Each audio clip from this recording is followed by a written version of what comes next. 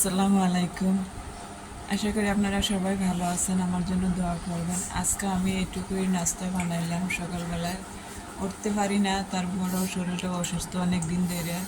তো এখন আমি পুরোপুরি সুস্থ হয়ে নাই, তারপরে আমি উঠে একটু আমি নাস্তা বানাইছি। আমার ভিডিওটা কেমন লাগছে প্লিজ আপনারা লাইক কমেন্ট শেয়ার করবেন, আর আমার জন্য দোয়া করবেন যাতে আমি ভালোভাবে কাজ করতে পারি। আমি শুধু নকশি কাজ করার জন্য ভিডিওটা করছি। আজকে আমি লড়ু দিয়ে ডিম দিয়ে নর্মাল একটা নাস্তা তৈরি করছি, আর এখানে চা বানাইছিলাম। তো না বোধ কয়েকটা করছেন, কিন্তু ডা বানানো বিষয়টা ভালো হয় না, তবু যেটুকু পারছি সেইটুকু আমি করছি। আর আমার জন্য দোয়া করবেন। আপনারা জানি না কে আমাকে কমেন্ট করছেন, আমার এটা কিন্তু আমার মেয়ে হই, কিন্তু মেয়েটাও অসুস্থ আছে। মেয়েটারও রাইখে আমি বাসায় রাইখে হাসপাতালে ভর্তি ছিলাম। এখন মেয়েটাও অসুস্থ আছে, কারণ মেয়েটা যা পাইছে তা খাইছে, পেটের সমস্যা হয়ে দেখা দিছে। তাই মেয়েটার জন্য দোয়া করবেন, আর আমার ভিডিওটা বেশি বেশি করে লাইক কমেন্ট শেয়ার করবেন।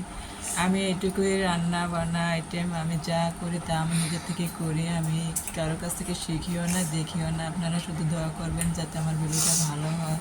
যদি ভুল হয় তাহলে আপনারা আমাকে ক্ষমা করে দিবেন, ভুল দৃষ্টিকে দেখবেন না। আমি নতুন অবস্থায় ভিডিও করতেছি।